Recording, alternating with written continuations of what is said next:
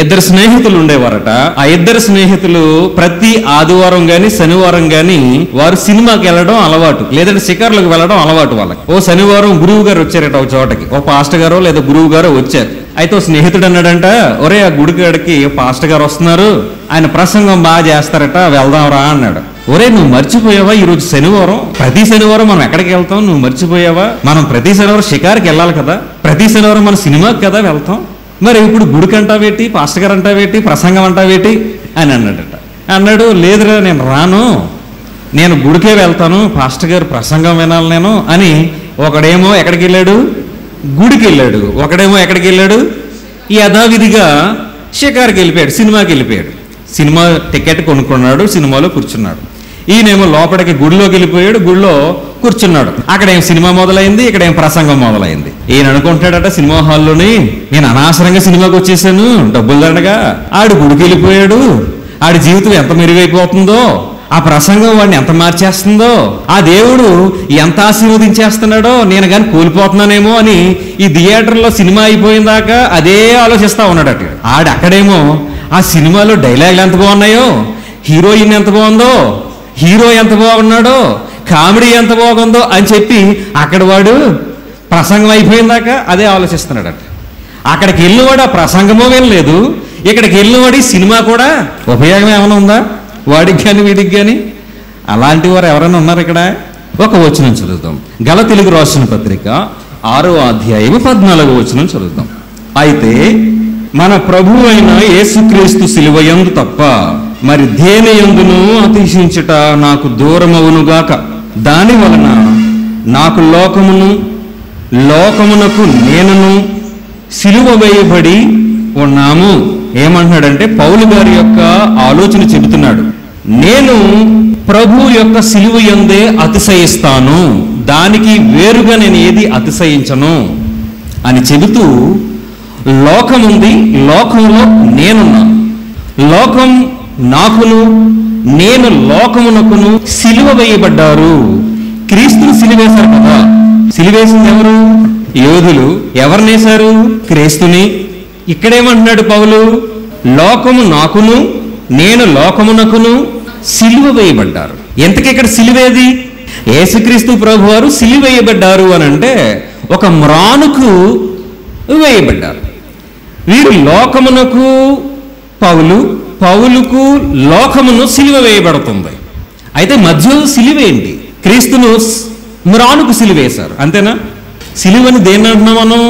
ఒక క్రాస్ ఆకారంలో ఉన్నదానిని, ఇలా ఉండేదాన్ని మనం ఏమంటున్నాం? సిలువ అంటున్నాం. దానికి సిలువ ఆకారంలో ఆయనను నిలబెట్టి మేకిలు కొట్టడాన్నే మనం ఏమంటున్నాం? సిలువ వేయటం అంటున్నాం. లోకమునకు పౌలు లోకమునకును వేయబడినటువంటి సిలువ ఎలాంటిదో మనం తెలుసుకుందాం. మనం సాధారణంగా రోజులో ఎన్నో పనులు చేస్తాం కదా, ఎన్నో ఆలోచన చేస్తారు కదా. ఇంకా ఏం చేస్తాం? పనులు చేస్తాం, అలాగనే ఆలోచన చేస్తూ ఉంటాం. ఇంకా ఏం చేస్తాం? ఆలోచన చేస్తాము, అలాగనే మనం కొన్ని పనులు చేస్తూ ఉంటాం. అలాగనే కొందరితో తిరుగుతూ ఉంటాం. ప్రతిరోజు ఎవరొకరితో మనం తిరుగుతూ ఉంటాం. ఎవరో లేకపోతే మనం ఇంట్లో వాళ్ళతోనైనా తిరుగుతూ ఉంటాం. ఒక పిల్లవాడు అమ్మ చుట్టూ తిరుగుతాడు, ఆ పిల్ల ఆ తండ్రి చుట్టూ తిరుగుతుంది. ఇలా ఎవరొకరితో రోజు ఒకరు తిరుగుతాం. ఒకవేళ మనము ఈ పని చెయ్యకపోతే, ఈ ఆలోచన చెయ్యకపోతే, ఈ మనిషితో నేను తిరగకపోతే ఏంటి, నాకు నష్టం ఏంటి అని ఎప్పుడైనా మీరు ప్రశ్నించారా? నేను ఈ పని చేయకపోతే నష్టం ఏంటి, నేను ఈ ఆలోచించకపోతే నష్టం ఏంటి, నేను ఈ మనిషితో కలిసి తిరగకపోతే నాకు నష్టం ఏంటి, నేను ఈ పని చేయకపోతే నాకు నష్టం ఏంటి? పనికి మళ్ళీ పనులు ఎన్ని చేస్తాం మనం రోజుకి? ఒక ఫోన్ పట్టుకున్నామంటే తెల్లారిపోతుంది, లేదా చీకటడిపోతుంది. ఎప్పుడు చీకటడిందో తెలియదు, ఎప్పుడు తెల్లారిందో కూడా మనకి తెలియని పరిస్థితి అయిపోయింది. అయితే నేను ఫోన్ పట్టుకుని అందులో ఉన్నటువంటి పనికి మాలినటువంటి విషయాలన్నీ చూడకపోతే నాకు నష్టం ఏంటి అని ఎప్పుడైనా ప్రశ్నించారా? చూడకపోతే నష్టం ఏంటో అడగండి, మేము చెప్తాం. తిరగకపోతే నష్టం ఏంటో అడగండి, మేము చెప్తాం. ఆలోచించకపోతే నష్టం ఏంటో అడగండి, మమ్మల్ని చెప్తాం. అంతేగాని తిరిగితే ఏం నష్టం, ఆలోచిస్తే ఏం నష్టం, చేస్తే ఏం నష్టం అంటే మాత్రం మేము చెప్పం అంటారా? ఎప్పుడైనా ఇలా ఆలోచన చేశామా? మీరు ఎప్పుడైనా ఈ ప్రశ్న వేసుకుని ఆలోచన చేస్తే మీకు వచ్చే ప్రశ్న ఒకటే. ఈ ప్రశ్నకు సమాధానం ఎవరు బాగా చెప్తారో తెలుసా అండి? ఈ పని చేయకపోతే ఏంటి, ఈ ఆలోచన చేయకపోతే ఏంటి, ఇతనితో తిరగకపోతే ఏంటి, ఈవిడితో తిరగకపోతే ఏంటి అనే ప్రశ్నను గనక ఒక వ్యక్తిని అడిగితే కరెక్ట్గా సమాధానం చెప్తాడు. ఎవరో చెప్పండి పరిశుద్ధ గ్రంథం నుంచి.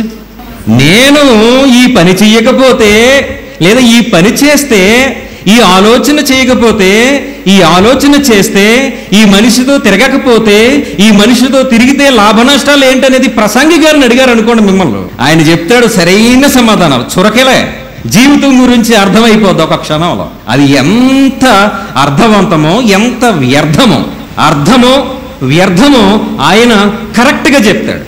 ఇవన్నీ కూడా మనలో నడుస్తున్నాయి కదా. అవునన్నా కాదన్నా మన బుర్రలో నడుస్తూ ఉంటాయి, మన ఆలోచనలు అలా వెళ్తూ ఉంటాయి. పొద్దున్న లేచి ఎవరినో కలవకపోతే మనకి నిద్ర పట్టదు, ఏదో ఒక ఆలోచించకపోతే నిద్ర పట్టదు. కానీ ఎప్పుడైనా ప్రశ్న చేసినప్పుడు మన ఇంకిత జ్ఞానం మనకు చెబుతూ ఉంటుంది, ఏం ఉపయోగం లేదు. ఒకరితో తిరగడం వల్ల కానీ, ఎక్కువ ఆలోచించడం వల్ల కానీ, ఈ పని చేయడం వల్ల కానీ ఏం చెప్తుందంటే అంతా వాటిది మాయా వృధా అని చెప్పుద్ది. మన జీవితం మన అనుభవం మనకు చెప్పుద్ది. అయితే మనం ఎందుకో అందులో మనం కొనసాగిపోతున్నాం అని అంటే జ్ఞానం లేకపోవటం వలన, ఒక దాని గురించినటువంటి జ్ఞానం లేకపోవటం వలనే జ్ఞానం లేని పనులన్నీ మనం చేస్తూ ఉన్నాం. ఒక దాని గురించి జ్ఞానం లేకపోవడం వల్లే జ్ఞానం లేని ఆలోచనలు మనం చేస్తూ ఉన్నాం. ఒక దాని గురించి జ్ఞానం లేకపోవడం వల్లే ఎవరితో తిరగాలో తెలియక ఎవరొకరితో తిరుగుతూ ఉన్నాం. ఒకవేళ నిజంగా గనక జ్ఞానం వచ్చిందనుకోండి, ఎవరితో తిరగాలో చెప్పుద్ది, ఏం ఆలోచించాలో చెప్పుద్ది, ఏ పనులు చేయాలో చెప్పుద్ది. ఇది జ్ఞానము చేసే పని. జ్ఞానం ఏం చేస్తుంది అంటే ఏం చెయ్యాలో చెబుతుంది, ఏం చేయకూడదో చెబుతుంది, ఏ ఆలోచించాలో చెబుతుంది, ఏ ఆలోచించకూడదో చెబుతుంది, నువ్వు ఎవరితో ఉండాలో చెబుతుంది, ఎవరితో ఉండకూడదో చెబుతుంది. ఇది జ్ఞానం పని. ఈ జ్ఞానం లేనంతసేపు మనము అర్థాన్ని వదిలేసి వ్యర్థాన్ని పట్టుకుని మన జీవితాన్ని ముగించేస్తూ ఉంటాం. చివరికి ఏంటి అని ఒక పాయింట్లో మనం ఆగి వెనక్కి చూస్తే శూన్యమే ఉంటుంది, ఏం కనబడదు. మనం వెనక్కి తిరిగినప్పుడు జ్ఞాపకాలు కనబడాలి అని అంటే, అర్థవంతమైన జ్ఞాపకాలు, మన జీవితపు చిత్రాలు కనబడాలి అని అంటే అందులో జ్ఞానం నువ్వు ఖచ్చితంగా ఉండాలి. జ్ఞానం నిన్ను ఉద్ధరిస్తూ ఉంటుంది, అజ్ఞానం నిన్ను వెనక్కి లేదా అగాధంలోకి నెట్టివేస్తూ ఉంటుంది. అజ్ఞానము అంటే ఏంటి, జ్ఞానం అంటే ఏంటో అడిగారా, లేదా అజ్ఞానం అంటే ఏంటో అడిగారా? అంటే జ్ఞానం ఏంటో మనకు అర్థం కానప్పుడు, అజ్ఞానం ఏంటో మనకు అర్థం కానప్పుడు ఒక విషయాన్ని మనం విశ్లేషించడం కష్టం అయిపోతూ ఉంటుంది. ఈ పరిశుద్ధ గ్రంథం మంచిదా చెడ్డదా? లేదు అంటే ఇక్కడ ఇంకొక పుస్తకం ఉంది, అది మంచిదా చెడ్డదా? పక్కన ఇంకొక పుస్తకం ఉంది, అది మంచిదా చెడ్డదా? ఎప్పుడు తెలుస్తుంది ఇది? దాని గురించిన జ్ఞానం వచ్చినప్పుడు. దాని గురించిన జ్ఞానం వచ్చినప్పుడు దాని గురించి అర్థమవుతుంది. నాకు దీని గురించిన జ్ఞానం ఉందనుకోండి, దీని గురించే తెలుసు, దీని గురించి తెలియదు. ఈ పరిశుద్ధ గ్రంథం నేను బోధించగలను. ఎందుకంటే దాని గురించిన జ్ఞానం నా దగ్గర ఉంది. దీని గురించిన జ్ఞానం నా దగ్గర ఉంది, నేను బోధించగలను. దీని గురించిన జ్ఞానం నా దగ్గర లేదు. దీన్ని వాడుకోగలను కానీ తయారు చేయలేను. దీన్ని వాడుకోవడం నాకు తెలుసు, వాడుకుంటాను, కానీ తయారు చేయడం మాత్రం నాకు రాదు. దీని గురించిన జ్ఞానం నాకు ఉంది. దీనిని మీకు ఎలా చెబితే అర్థం అవుతుందో అలా నేను బోధించగలిగే సామర్థ్యం నా దగ్గర ఉంటుంది. కనుక మనం ఇక్కడ ఆలోచించవలసింది, ఇక్కడ లోకము అనేది మనకు కనబడుతుంది. గలతీయులకు రాసిన పత్రిక 6:14 లోకం ఒకటి కనబడుతుంది, అలాగనే పౌలు అనే ఒక వ్యక్తి కనబడతా ఉన్నాడు. లోకం కనబడుతుంది, పౌలు అనే ఒక వ్యక్తి కనబడుతున్నాడు. పౌలు గురించి తర్వాత మాట్లాడదాం, లోకం గురించి మనం మాట్లాడుకుందాం. లోకం అంటే మనకేం అర్థమవుతుంది? ఇదిగో లోకం అంటే ఇది, ఆకాశం ఉంది, నిప్పు ఉంది, నీరుంది, గాలుంది, ఇవన్నీ కూడా మనం ఏమంటాం? లోకం. దాని గ్రీకులో కాస్మోస్ అనే పదాన్ని వాడారు. ఇంకా మనం భూమిని చెబుతూ ఉంటాం, అలాగనే ఆ భూమిలో ఉన్నటువంటి ప్రజలు అని చెప్తూ ఉంటాం. లోకము అనే దానికి ప్రభు యొక్క నిర్వచనం ఏంటో చూద్దాం. ప్రభు యొక్క నిర్వచనము లేదా దేవుని యొక్క నిర్వచనం ఏంటి? మనకి ఇలా అర్థమైంది లోకం అంటే. ప్రభు నిర్వచనం ఏంటి? లోకము అని అంటే నాకు ఇలా అర్థమైంది, మీకు చెప్పాను. దేవుడు ఏమంటున్నాడో చూద్దాం. హేయమైన క్రియలు. దేవుడు ఏమంటున్నాడంటే లోకాన్ని హేయమైన, లోకమును మీరు త్యజించండి, లోకమును మీరు ద్వేషించండి, లోకమును పక్కన పెట్టండి అంటాం. చాలా వచనాలు కనబడతా ఉంటాయి. లోకము అని అంటే దేవుని ఉద్దేశంలో హేయమైన చర్యలు లేదా క్రియలు. హేయమైన క్రియలు ఎందుకు వస్తాయి, ఎప్పుడు వస్తాయి? అజ్ఞానం వల్ల వస్తాయి. అజ్ఞానం అంటే ఏంటి? జ్ఞానం లేకపోవటం. జ్ఞానం అంటే ఏంటి?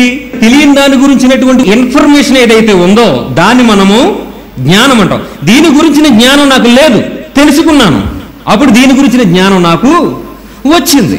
అంటే తెలియని దాని గురించి తెలుసుకోవటమే జ్ఞానం. తెలియకుండా ఉన్నదానిని మనం అజ్ఞానము అని మనం పిలుస్తూ ఉన్నాం. అంటే మనకి తెలియకయే ఎన్నో హేయమైన క్రియలు చేస్తూ ఉన్నాం. అందుకే దేవుడు లోకమును అజ్ఞానంతో పోల్చాడు. అందుకని యేసుక్రీస్తు ప్రభువారు అంటాడు, వీరికి తెలియక చేశారు.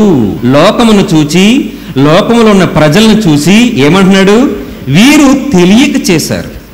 తెలిస్తే వీళ్ళు నన్ను గూర్చిన జ్ఞానం వీళ్ళకి మెస్సయ్య గూర్చినటువంటి జ్ఞానం వీళ్ళకి, నువ్వు పంపిస్తాననేటువంటి ప్రవచనం యొక్క జ్ఞానం వీళ్ళకి తెలియదు. ఆ ప్రవచనం యొక్క జ్ఞానం వీరికి తెలుసుంటే నన్ను చంపేవారు కాదు. నువ్వు పంపిస్తానన్న మెస్సయ్య గూర్చినటువంటి జ్ఞానం వీరికుంటే వారు మెస్సయ్య గూర్చినటువంటి జ్ఞానం వాళ్ళకి వేరే విధంగా ఉంది. ఏంటి అని అంటే, ఒక రాజుగా వస్తాడు, ఒక రాజు కుటుంబంలో పుడతాడు, గుర్రం మీద వస్తాడు అనే ఆలోచన వాళ్ళ దగ్గర ఉంది. అంటే వీరు యేసుక్రీస్తు ప్రభువారిని పోల్చుకోలేకపోతున్నారు. వీరు పొందినటువంటి జ్ఞానమునకును యేసుక్రీస్తు ఉన్నటువంటి స్థాయి జ్ఞానమునకును చాలా తేడా ఉంది, వ్యత్యాసం ఉంది. అందుకనే వారు సిలువ వేస్తారు. అందుకనే యేసుక్రీస్తు ప్రభువారు తీసుకెళ్ళి ఎక్కడ వేశారు, ఆ కల్వరి కొండ ఎక్కించారు. యేసుక్రీస్తు ప్రభువారు సిలువ మోయలేకపోతుంటే ఒక అతను ఆ దారంట పోతున్నాడు. ఒక ఆయన ఎక్కడికో వెళ్తున్నాడు. ఆయన ఆ ఊరు కూడా కాదయింది, అలా వెళ్తున్నాడు దారంట. రే బాబులరా అని పిలిచారు. వచ్చాడు ఆయన. రే ఆయన మొయ్యలేకపోతున్నాడు, అమ్మోయ్ అన్నాడు. ఇప్పుడు యేసుక్రీస్తు ప్రభుతోటి ఎవరు మొయ్యాలి? అక్కడ యూదులు ఎంతమంది ఉన్నారు, శాస్త్రులు ఎంతమంది ఉన్నారు, ధర్మశాస్త్రోపదేశకులు ఎంతమంది ఉన్నారు? మోయిస్తున్నారా? ఎక్కడో దూర ప్రాంతం నుంచి ఆ మార్గం గుండా ప్రయాణం వెళ్ళిపోతున్న ఎవనో ఒక అనామకుడిని పిలిపించి మోయిస్తున్నారు. ఎలా యేసుక్రీస్తు ప్రభువుని అర్థం చేసుకుంటున్నారంటే, ధర్మశాస్త్రము లోకం గురించి ఏదైతే చెప్పిందో యేసుక్రీస్తును లోకం అనుకుంటున్నారు. నువ్వు లోకానివి. ధర్మశాస్త్రం దేన్ని ద్వేషించిందో అది నువ్వు, దేవుడు దేన్నైతే హేయమని ఎంచాడో అది నువ్వు. నీవు దేవుని కుమారుడు కాకుండానే నువ్వు దేవుని కుమారుడు అని పిలుచుకుంటున్నావు. నువ్వు ధర్మశాస్త్రానికి పెట్టినటువంటి పీడవి నువ్వు, చీడవ నువ్వు అని లోకముతో పోలుస్తున్నారు యేసుక్రీస్తుని. నువ్వు లోకము గనుక నిన్ను సిలువేస్తున్నావు. దేవుడు ఏమంటున్నాడనంటే, ధర్మశాస్త్రాన్ని సిలువేస్తున్నామని దేవుడు అంటున్నాడు. దేవుని యొక్క ఉద్దేశంలో సిలువ అంటే అర్థం ఏమిటి? ధర్మశాస్త్రానికి సిలువ. దేవుడు ధర్మశాస్త్రానికి సిలువేస్తాను అంటున్నాడు. కానీ ధర్మశాస్త్రాన్ని పఠించేవారు ఏమంటున్నారంటే, లోకాన్ని సిలువేస్తున్నాం మేము, ధర్మశాస్త్రాన్ని కాదు. ధర్మశాస్త్రాన్ని కాపాడుతున్నాం. లోకాన్ని సిలువ వేయటం వలన మేము ధర్మశాస్త్రాన్ని కాపాడుతున్నాం. దేవుడు ఏమంటున్నాడంటే, ధర్మశాస్త్రాన్నే నేను సిలువేస్తున్నాను. కొలసీ పత్రిక మనం చూస్తున్నప్పుడు ఈ సిలువను గురించి, ధర్మశాస్త్రమును సిలువ గురించి ఏమంటున్నాడంటే, మేము ధర్మశాస్త్రాన్ని సిలువ వేస్తున్నానని దేవుడు చెబుతున్నాడు. ధర్మశాస్త్ర ఉపదేశకులు ఏమంటున్నారంటే, లోకాన్ని సిలువేస్తున్నాం, ధర్మశాస్త్రాన్ని కాపాడుతున్నాం అన్నాడు. ధర్మశాస్త్రాన్ని దేవుడు ఎప్పుడో కాపాడేశాడు యేసుక్రీస్తు ప్రభువారి జీవితంలో అని ఎంత చెప్పినా, ఎంత బోధించినా వారికి అర్థం కాలేదు. ఎందుకు అనంటే, వారి మనోనేత్రాలకు గుడ్డుతనం ఉంది అని అంటాడు. కానీ దేవునికి లేని శక్తి ఏంటో తెలుసా అండి? ధర్మశాస్త్ర ఉపదేశకులకి కలిగినటువంటి గుడ్డితనాన్ని పోగొట్టలేకపోవటం. యేసుక్రీస్తు గుడ్డివాడికి కళ్ళిచ్చాడు, కానీ వారికి కలిగిన గుడ్డితనాన్ని తీసివేయలేకపోయాడు. ఆ శక్తి క్రీస్తు దగ్గర కానీ దేవుడి దగ్గర కానీ లేదు, వదిలేశారు. ఇంకా నేను మిమ్మల్ని వదిలేస్తున్నాను. ఎందుకు అనంటే, ఎవరి గుడ్డితనం వాళ్ళే తీసేపోవాలి. మామూలు గుడ్డితనం అయితే, మామూలు కుంటుతనం అయితే దేవుడు ఏం చేశాడు? ఒక మాటతో తీసేశాడు. నీవు పెట్టుకున్న గుడ్డితనం ఉంది చూసారా, అది నీ వలన కలిగిన గుడ్డితనం. అది ఎవరో పెట్టింది కాదు, లేదు అంటే అది నీ పుట్టు గుడ్డితనం కాదు. అది నీ మూలంగా కలిగినటువంటి గుడ్డితనం గనక, నీ స్వనీతితో కలిగినటువంటి గుడ్డితనం గనక దేవుడు తీయడు. నీ స్వనీతితో కలిగినటువంటి గుడ్డితనం తీయాలి అని అంటే నీవు స్వతహాగా ఎక్కడికి రావాలి? దేవుని దగ్గరికి వచ్చి ఆయన జ్ఞానాన్ని అర్థం చేసుకుంటే అప్పుడు ఆయన రక్తంతో తీసివేస్తానంటున్నాడు. మరి పౌలు యొక్క ఉద్దేశం ఏంటి, దేవుని యొక్క ఉద్దేశం ఏంటి అనుకున్నాం? లోకము అనంటే హేయమైనటువంటి క్రియలు, దేవునికి విరుద్ధమైనటువంటి క్రియలను అన్నిటిని కూడా లోకము అని పిలిచాడు దేవుడు. మరి పౌలు యొక్క ఉద్దేశం ఏంటి? లోకం అంటే పౌలు ఉద్దేశం ఏంటంటారంటే, నేను లోకాన్ని సిలువ వేశాను. లోకాన్ని ఎక్కడ వేసేసాడట? నాలో సిలువ వేశాను. నన్ను ఎక్కడ వేశాను సిలువ? లోకంలో సిలువ వేశాను. మరి మనం ఎక్కడ వేసుకోవాలి సిలువ? మనం సిలువను ఎక్కడ వేసుకోవాలి? పౌలు ఏమంటున్నాడంటే, లోకాన్ని నాలో సిలువేసుకున్నాను, నన్నేమో లోకంలో సిలువేసుకున్నాను అంటున్నాడు. ఇది పౌలు గారి యొక్క ఉద్దేశం. మరి మనం ఎక్కడ సిలువేసుకోవాలి? మనం వేసుకోవాల్సిన సిలువ ఏంటి? మెడలో, చేతిలో? మనం ఎక్కడ సిలువ వేయబడాలి? మనం ఎక్కడ సిలువ వేయబడాలి? పౌలు ఆల్రెడీ ఆయన ఉద్దేశం ఆయన చెప్పేశాడు. అయితే మన ఉద్దేశం చెప్దాం. మనం లోకంతో సిలువ వేసుకుందామా, లేదనంటే లోకాన్ని మనలో సిలువ వేద్దామా? మనం ఆల్రెడీ వేసుకున్నాం లోకాన్ని మనలో సిలువ వేసుకుని, మరి ఆ సిలువను బాహాటంగా చెప్పుకుంటున్నాం. ఏ సిలువ? లోకాన్ని మనలో సిలువ వేసుకున్నాం. ఎలా వేసుకున్నాం? మనకు నచ్చినట్టు వేసుకున్నాం, మనకు కుదిరినట్టు వేసుకున్నాం. మనకి కావలసినట్టుగా వేసుకున్నాం. అయితే మనం వేసుకోవాల్సినటువంటి సిలువ ఏంటి? లేదు అని అంటే నీలో ఉన్నటువంటి సిలువ ఏంటి? నీలో ఉన్న సిలువ ఏంటి? లేదా నాలో ఉన్నటువంటి సిలువ ఏంటి? మనం వేసుకోవాల్సినటువంటి సిలువ ఏంటి? అయితే మనలో ఉండాల్సినటువంటి సిలువ ఏ సిలువ అయి ఉండాలి? లేదు అని అంటే యేసుక్రీస్తు ప్రభు వారిని సిలువ వేస్తున్నప్పుడు ఇంకో 2 సిలువలు వేశారు. యేసుక్రీస్తు ప్రభు వారితో ఇంకో సిలువ, తోడు సిలువలు, అవతల ఒకటి యువతలో ఒకటి. వాళ్ళు అంటారు మత్తయి సువార్త అలాగనే మార్కు సువార్తలో ఈ ఇద్దరు దొంగలు కూడా ఏం చేశారట? ధర్మశాస్త్ర ఉపదేశకులు, శాస్త్రులు, పరిసయ్యులు ఎలాగైతే యేసుక్రీస్తు ప్రభువుని హేళన చేశారో అలాగే ఈ దొంగలు కూడా హేళన చేశారట. కానీ లోకా సువార్తలో ఒక్కటే మార్పుగా రాసుకొచ్చారు. ఏంటి అని అంటే కుడి పక్కున్న దొంగ కొంచెం మృదువుగా మాట్లాడినట్లు, అలాగనే ఎడం పక్కున్నటువంటి దొంగ కొంచెం కరుకుగా మాట్లాడినట్లు కనబడతా ఉంటది. కానీ మత్తయి సువార్తలో అక్కడ కనబడదు. ఇద్దరు కూడా ఏమేమి మాట్లాడారట? సిలువ మీద ఉన్న దొంగలు కూడా అలాగే మాట్లాడారు అని ఉంటది. వీళ్ళిద్దరు బందిపోటు దొంగలు. అక్కడ అంటాడు లోకా సువార్తలో, ఏమని అంటాడంటే కుడి పక్కన ఉన్నటువంటి దొంగ ఏమన్నాడట? నోర్మి, ఏం మాట్లాడుతున్నావు? ఆయన గురించి తెలిసే మాట్లాడుతున్నావా? తెలియకుండా మాట్లాడుతున్నావా? ఆయన చేసిన కార్యాలు, ఆయన చేసినటువంటి బోధలు నువ్వు వినలేదా? ఏంటా మాటలని చెప్పి ఎడం పక్కన ఉన్నటువంటి దొంగని గద్దించినట్లుగా కనబడతా ఉంటది. అక్కడ ఎడం పక్కన ఉన్నటువంటి దొంగ ఏమో శాస్త్రులు ఏదైతే చేశారో, పరిచయులు ఏదైతే చేశారో ఆ ఎడం పక్కన దొంగ కూడా చేశాడు అన్నాడు. అయితే మనకి మనలో ఉన్నటువంటి సిలువ ఎడమ పక్క ఉన్నటువంటి సిలువ, లేదంటే కుడి పక్క ఉన్నటువంటి సిలువ, లేదు అంటే యేసుక్రీస్తు ప్రభువారు ఉన్నటువంటి సిలువ? మనలో ఉన్న సిలువ ఏ సిలువో మనం ఆలోచించాలి. ఇదేమో ద్వేషిస్తున్నటువంటి సిలువ, ఇదేమో గద్దిస్తున్నటువంటి సిలువ, ఇదేమో త్యాగపూరితమైనటువంటి సిలువ. నీలో ఉన్నటువంటి సిలువ ఏమిటి? గద్దించే సిలువ. ఎవరిని గద్దిస్తున్నావు? లోకాన్ని గద్దిస్తున్నావు. ఎడం చేతి పక్కన ఉన్నవాడు లోకంలా మాట్లాడుతున్నాడు, ఇక్కడ గద్దిస్తున్నాడు. కానీ మధ్యలో ఉన్నటువంటి సిలువ ఏంటి? ప్రేమకు సాదృశ్యమైనటువంటి సిలువ, త్యాగానికి సాదృశ్యమైనటువంటి సిలువ. నీలో ఉన్నటువంటి సిలువ క్రీస్తు సిలువ, లేదు అంటే గద్దించే సిలువ. గద్దించే సిలువ అయినా పర్వాలేదు, నీలో ఉంటే మంచిదే, అది జీవం పొందుంది. గద్దించే సిలువ ఏం పొందింది? జీవం పొందింది. ఇదిగో త్యాగం చేసినటువంటి సిలువ ఏం చేసింది? జీవాన్ని ఇచ్చింది. త్యాగం చేసే సిలువ, ప్రేమపూర్వకమైనటువంటి సిలువ నీకు జీవాన్ని ఇస్తుంది. గద్దించే సిలువ జీవాన్ని పొందుతుంది. అవసరమైతే ఆ జీవాన్ని మనం ఇంకొకరికి ఇవ్వగలుగుతాం. కానీ మనలో ఉన్నటువంటి సిలువ, ఎడమ పక్క ఉన్నటువంటి సిలువ, కుడి పక్క ఉన్నటువంటి సిలువ, లేదండి ఈ రెండింటికి మధ్యలో ఉన్నటువంటి సిలువ, ఏ సిలువ నీలో ఉందో ఒకసారి మనం పరిశీలన చేద్దాం, ఆలోచన చేద్దాం, అంతరంగాన్ని ఒకసారి తూకం వేద్దాం, కడుగుదాం. దేవుని నామమునకు వందనములు. మా ఛానల్ ని సబ్స్క్రైబ్ చేసుకుని మా ఛానల్ ను మీ బంధువులకు, స్నేహితులకు పరిచయం చేయండి. మీ అనుదిన ప్రార్థనలో మా పరిచర్య కొరకు ప్రార్థించండి. దైవ దీవెనలు పొందండి. ఆమేన్.